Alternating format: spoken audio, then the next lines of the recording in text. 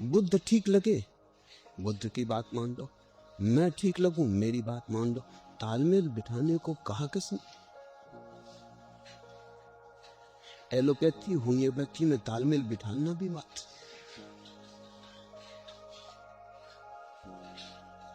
तालमेल की चिंता बड़ी गहरी है तुम्हारे मन में कि किसी तरह तालमेल बिठाई। तुम्हें लेना देना क्या है तालमेल से? जो दवा तुम्हारे काम पड़ जाए उसे स्वीकार कर लेना। तुम्हें कोई सारी दुनिया की पैथीज में तालमेल थोड़ी निकाल। बुद्ध ने कहा है जियो न्यूनतम पर, ये एक छोर, क्योंकि छोर से ही छलांग लगती है। किसी चीज के मध्य से न कूद सकोगे, छोर पर आना पड़ेगा। अगर इस छक से कूदना है तो कहीं भी छोर पे आना पड़ेगा, वहां से छलांग लगेगी। हर चीज के दो छोर है। बुद्ध ने कहा अल्पतम, न्यूनतम, कम से कम पर आ जाओ, वहां से छलांग लग जाएगी। मैं कहता हूं अतिरेक, अंतिम पर आ जाओ, वहां से छलांग लग जाएगी। बुद्ध कहते हैं दीन दरिद्र भिक्षु हो जाओ, मैं कहता हूं सम्राट बन जाओ। मगर दोनों छोर। बुद्ध कहते हैं इधर हटाओ, मैं कहता हूं उधर बढ़ जाओ। तालमेल मत बिठा लेना, नहीं तुम बीच में खड़े हो जाओ। तुम कहोगे अब ये भी कहते हैं कि बिल्कुल छोड़ दो, मैं कहता हूं कुछ छोड़ने की जरूरत नहीं। तुम कहोगे आधा पकड़ो, जब बीच में खड़े हो जाओ। ये समन्वय, ये तालमेल तुम्हें मार डालेगा। कोई जरूरत नहीं है तालमेल बिठाने। बुद्ध परिपूर्ण, मेरी बात जोड़ने से कुछ फायदा ना होगा, नुकसान होगा। प्रत्येक व्यवस्था पूरी है। बुद्ध ने जो दिया है वो पूरी व्यवस्था है, उसमें रत्ती भर कमी नहीं। वो यंत्र अपने आप में परिपूर्ण। मेरी बातों को उसमें मत जोड़ देना। मैं तुम्हें जो दे रहा हूं वो परिपूर्ण है, उसमें बुद्ध को कुछ जोड़ने की जरूरत नहीं।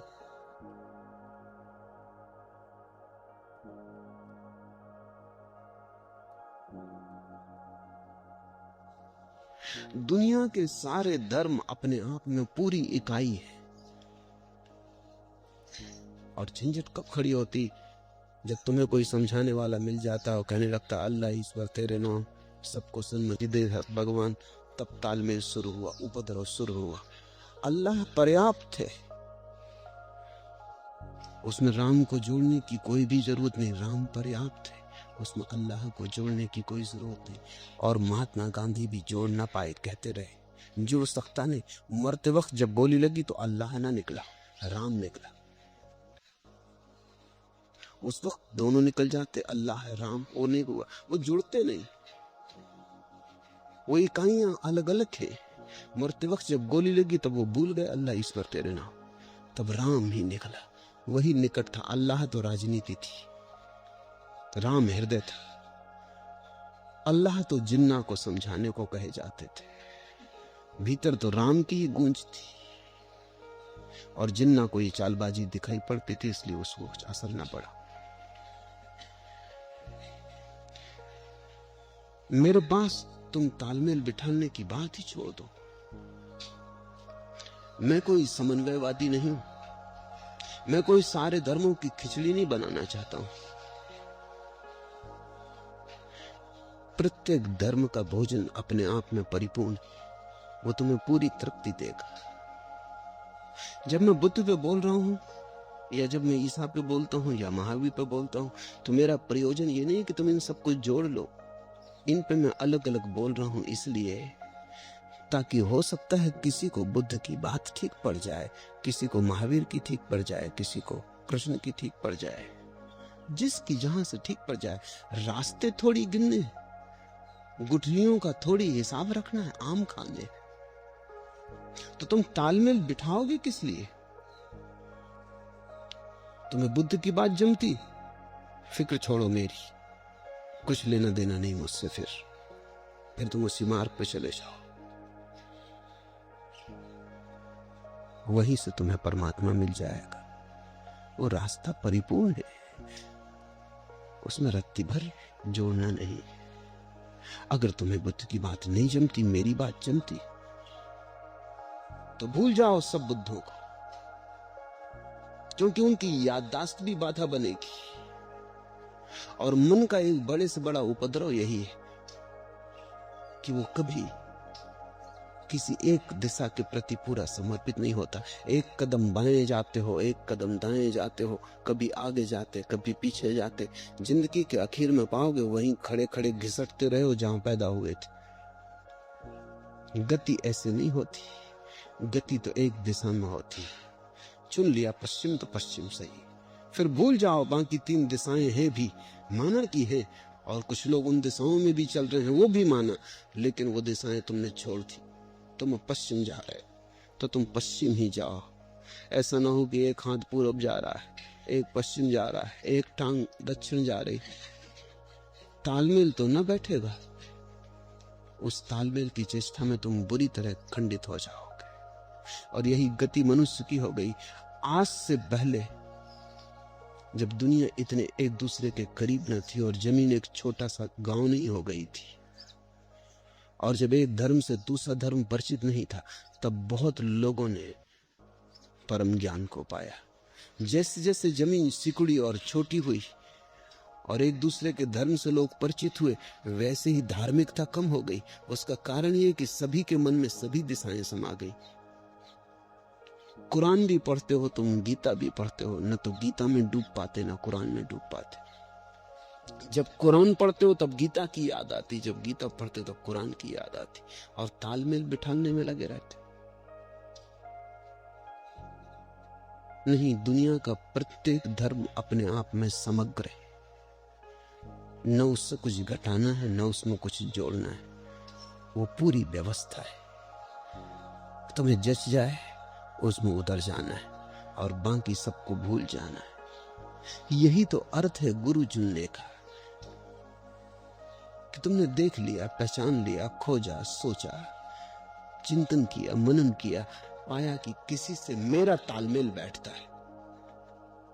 2 व्यवस्थाओं में तालमेल नहीं बिठाना है, तुम में और किसी व्यवस्था में तालमेल बैठ जाए, इसकी समझ पैदा करनी। कहा इस आदमी से मन भाता है, रस लगता है, और हर आदमी को अलग अलग रस लगेगा। अब मीरा को तुम बुद्ध में लगाना चाहो तो न लगा सकोगे, और अगर तुम सफल हो जाओ तो मीरा का दुर्भाग्य होगा, वो भटक जाएगी। उसे तो कृष्ण से ही लग सकता था। नाच उसके रोए रोए में समाया था। बुद्ध उस नाच को मुक्त नहीं कर सकते थे। बुद्ध की व्यवस्था में नाच की सुविधा नहीं। वो उनके लिए है जो नाच छोड़ने में रस रखते, वो उनके लिए है जो गति छोड़ने में रस लगता है। मीरा को न जमती बात। बुद्ध की कोई बांसुरी ही नहीं। बुद्ध के पास नाचने में बात बेमौजू होती। बुद्ध की मूर्ति के पास नाचोगे तो तुम्हें भी अजीब सा लगेगा, असंगत लगेगा। ये मूर्ति नाचने के लिए नहीं। इस मूर्ति के पास तो चुप होकर बैठ जाना है, इसके पास तो पत्थर हो जाना है, इसके पास तो ऐसे अकंप हो जाना है कि पता ही ना चले कि तुम आदमी हो कि संगमरमर।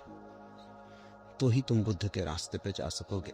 अगर नाचने की थोड़ी भी भाव दशा हो तो कृष्ण को देखना, फिर वहां मोर मुकुट वाले कृष्ण से कुछ बात बन सकती।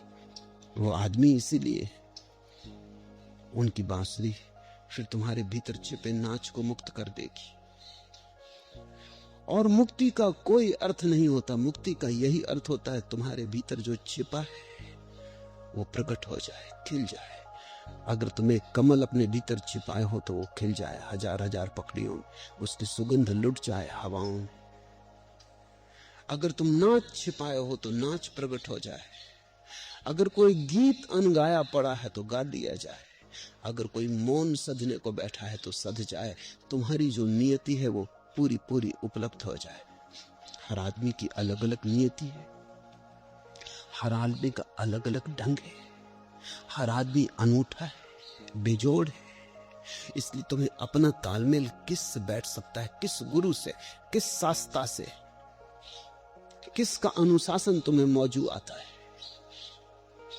और अगर तुम इसमें जरा भी भूल चूक किए तो बड़ी उलझन में पड़ जाओगे, तुम एक खिचड़ी बन जाओगे। तुम्हारे भीतर बहुत सी चीजें होंगी लेकिन सब खंड खंड होंगी, और तुम्हारे भीतर एक प्रतिमा निर्मित ना हो पाएगी। तुम थोड़ा सोचो, बुद्ध की गर्दन हो, कृष्ण के पैर हो, महावीर का हृदय हो, जीसस के हाथ हो, मोहम्मद की वाणी हो, सब गड़बड़ हो जाएगा। तुम पागल हो जाओगे, एकदम पागल हो जाओगे। तुम मुक्त तो ना हो पाओगे, विक्षिप्त हो जाओगे।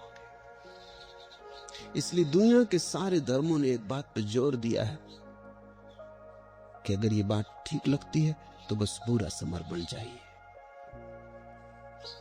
ठीक नहीं लगती है कहीं और खोज लो। असली सवाल पूरा समर्पण है। जहां भी जाओ पूरा समर्पण कर दो। मेरे पास लोग आते, वो कहते हम तो सभी गुरुओं के पास जाते, सभी गुरु समान है, बड़ी ज्ञान की बातें कर रहे हैं कि जो आप कहते हैं वही तो वो भी कहते हैं। न वो मुझे समझते न वो किसी और को समझते हैं। कुछ उन्होंने भी समझे ही नहीं। ये तो अंतिम बात है। मंजिल पर सभी गुरु एक है, मार्गों पर एक नहीं है। और जिसको चलना है उसको मंजिल का सवाल नहीं है, मार्ग का सवाल है। अंत में पहुंच के एक है। कृष्ण की बांसुरी का गीत भी वहीं पहुंचा देगा जहां बुद्ध का मौन पहुंचाता है। लेकिन ये मंजिल की बात है, तुम वहां नहीं हो। भूल के वहां अपने को समझ मत लेना। जहां नहीं हो वहां समझने से कुछ लाभ नहीं।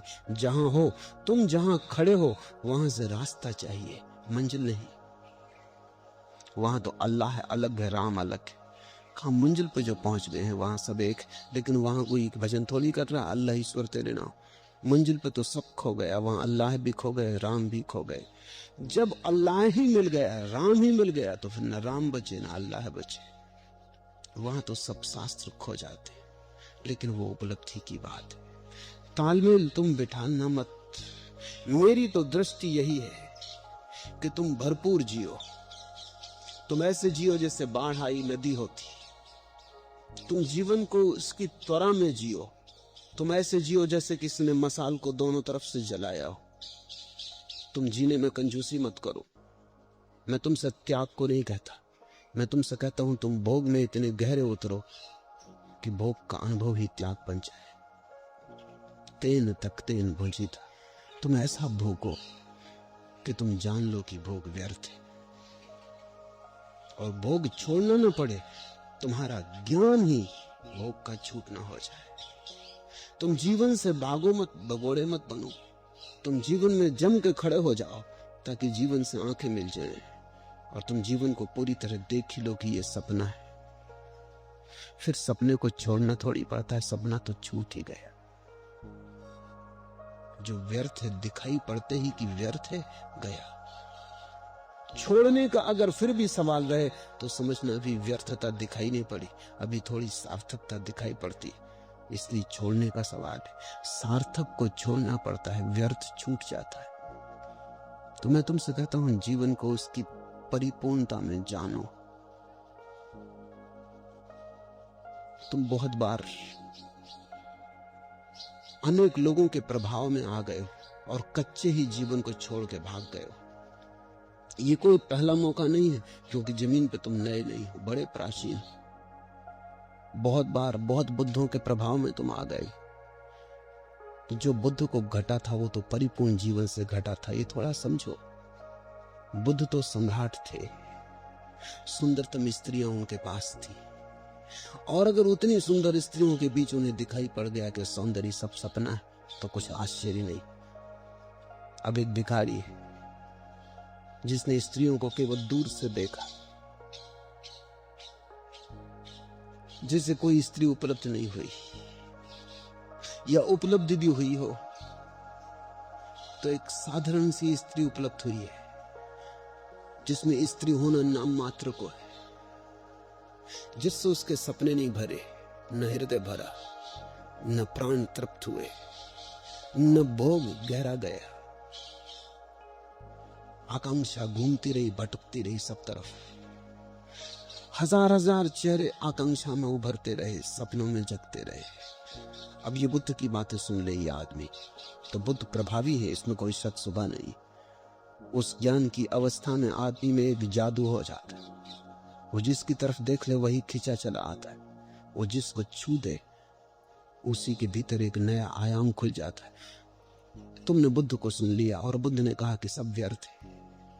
बुद्ध ये जान के कह रहे हैं, धन उन्होंने जाना है कि व्यर्थ है। तुमने केवल धन की कामना की है, जाना माना नहीं कि व्यर्थ है। जानने के लिए तो होना पहले चाहिए, तो वह ही नहीं तुम्हारे पास, भिक्षा पात्र लिए खड़े हो। सम्राट थे बुद्ध, वो छोड़ के रास्ते पे आ गए, तुम रास्ते पर ही थे और तुमने बुद्ध की वाणी सुन ली और तुम प्रभावित हो गए। तुम मुश्किल में पड़ोगे, क्योंकि तुम्हारा त्याग बुद्ध का त्याग नहीं हो सकता। तुम्हारे त्याग में भोग छिपा ही रहेगा। तब क्या होगा? तब ये होगा कि तुम त्याग भी करोगे और सोचोगे त्याग के बाद स्वर्ग मिलने वाला है। स्वर्ग में भोगेंगे अप्सराएं, महल। तुम्हारे ऋषि मुनि यही कर रहे हैं। इंद्र अगर उनसे डर जाता है तो अकारण नहीं, क्योंकि वो मुक्त होने की इच्छा नहीं रखे हुए। वो इंद्र के सिंहासन पर बैठने की इच्छा लिए बैठ। इंद्र का सिंहासन डोलने लगता है पुराणों में, वो तो प्रतीक है। वो ये बता रहा है कि ऋषि मुनि वस्तुतः ऋषि मुनि नहीं, वो भी आकांक्षा कर रहे हैं स्वर्ग में सिंहासन की। और जहां आकांक्षा है वहां प्रतिस्पर्धा है, और जो पहले से सिंहासन पे बैठा है वो जरूर घबराएगा। अब तुम अगर राष्ट्रपति होना चाहो तो राष्ट्रपति घबराएगा। ये आने लगे सज्जन, डरो। अब तुम अगर अप्सराओं की कामना करने लगे कि उर्वशी को भोगना है तो इंद्र घबराएगा। उसकी उर्वशी छीनने की चिंता में तुम लगे हो। वो तुम्हें डमाएगा, डिगाएगा, आएगा। पुराण की कथाएं अर्थपूर्ण है। वो इतना ही कह रही कि ऋषि अभी ऋषि नहीं, अन्यथा इंद्र को क्या प्रतिस्पर्धा उससे होती। ये मुक्त होना ही नहीं चाहता था, ये तो त्याग का सौदा कर रहा है। ये जो संसार में नहीं पा सका, संसार छोड़ के पाने की कोशिश कर रहा है, पर इसकी आकांक्षा तो वही की वही। वासना बिना पके नहीं मरती, और जब पक के मरती है तभी मरती है, फिर पीछे दाग भी नहीं छोड़ जाती। तब तुम ऐसे निर्दोष निकलते हो, ऐसे ताजे जैसे सुबह सुबह अभी अभी खिला हुआ फूल हो। तो मैं तुमसे कहता हूं, भागना मत। जीवन को जानना है, जीना है। मैं कोई चार्वाकवादी नहीं हूं। मैं ये नहीं कह रहा हूं कि जीवन के पार कुछ भी नहीं है। मैं कह रहा हूं जीवन के पार कुछ है, लेकिन जीवन तो पार करो पहले। जीवन के पार जो है वो तभी दिखाई पड़ेगा जब जीवन से पार हो जाओ। आधे से भाग गए, सीमा तक न पहुंचे और भाग गए, तो तुम जीवन में ही भटकते रहोगे। सीमा के पार ही अतिक्रमण संभव है। तो मेरी दृष्टि भोग के माध्यम से त्याग तक जाने की, और दूसरा कोई माध्यम इतना कारगर नहीं। इसलिए बुद्ध तो होते हैं, लेकिन कितने लोग उनके पीछे बुद्धत्व को उपलब्ध हो पाते हैं? ना के बराबर, क्योंकि दिशाएं बड़ी भिन्न भिन्न है। बुद्ध तो महल छोड़ के भिखारी होते हैं, दूसरा आदमी भिखारी था बुद्ध के पीछे हो लेता है। उन दोनों के अनुभव अलग हैं। बुद्ध के त्याग में तो भोग का अनुभव छिपा है, भिखारी के त्याग में कुछ भी नहीं। भिक्षा पात्र छोड़ रहा, उसके पास कुछ त्यागने को था भी नहीं, उसका त्याग धोखा है। तो मैं तुमसे अतिरेक में जीने को कहता हूं। जीवन है जब तक उसे पूरा पूरा जी लो, जी के ही तुम उससे मुक्त हो जाओगे। तर्क के मैं ही इसे समझ ना से, इतनी पी है कि पी नहीं जाती। तर्क के मैं ही इसे समझ ना से, ए धर्मगुरु इसको तू शराब का त्याग ही समझ। इतनी पी है कि पी नहीं जाती। अब इतनी पी ली है कि अब पीने का कोई उपाय न रहा। जीवन को इतना पी डालो कि पीने का फिर कोई उपाय ही न रह जाए। पी कर ही तुम मुक्त हो। लेकिन अगर तुम्हें बुद्ध की बात ठीक जमती हो तो मजे से उस मार्ग पर चले जाओ।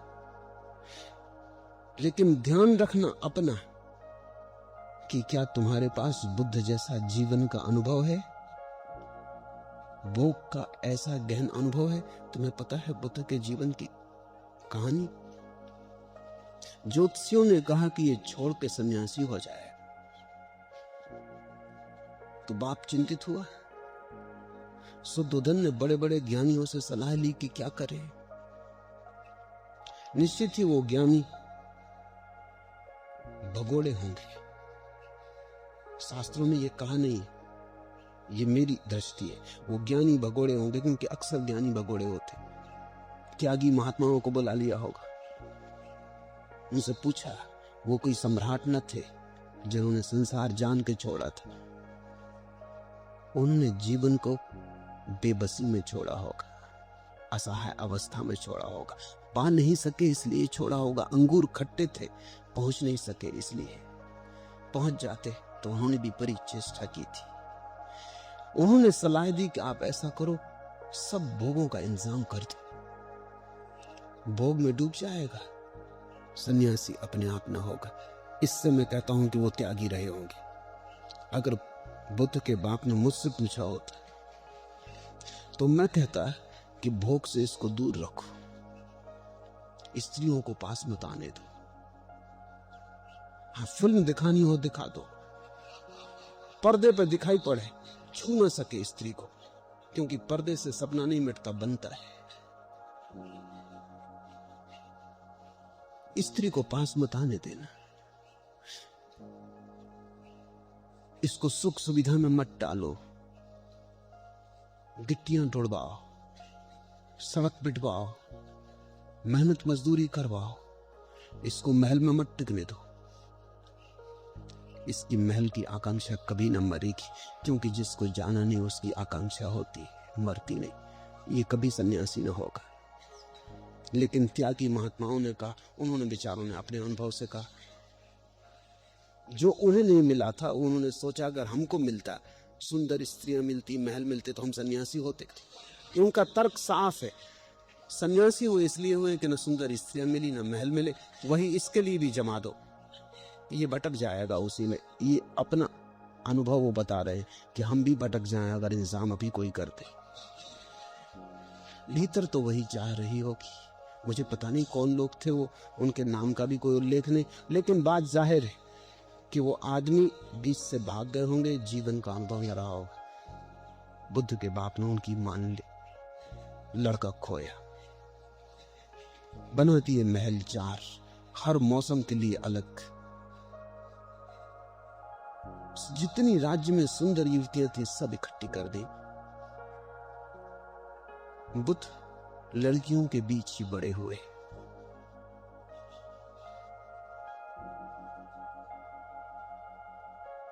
लेकिन ऊब गए, सुंदरतम स्त्रियां उनके पास थी,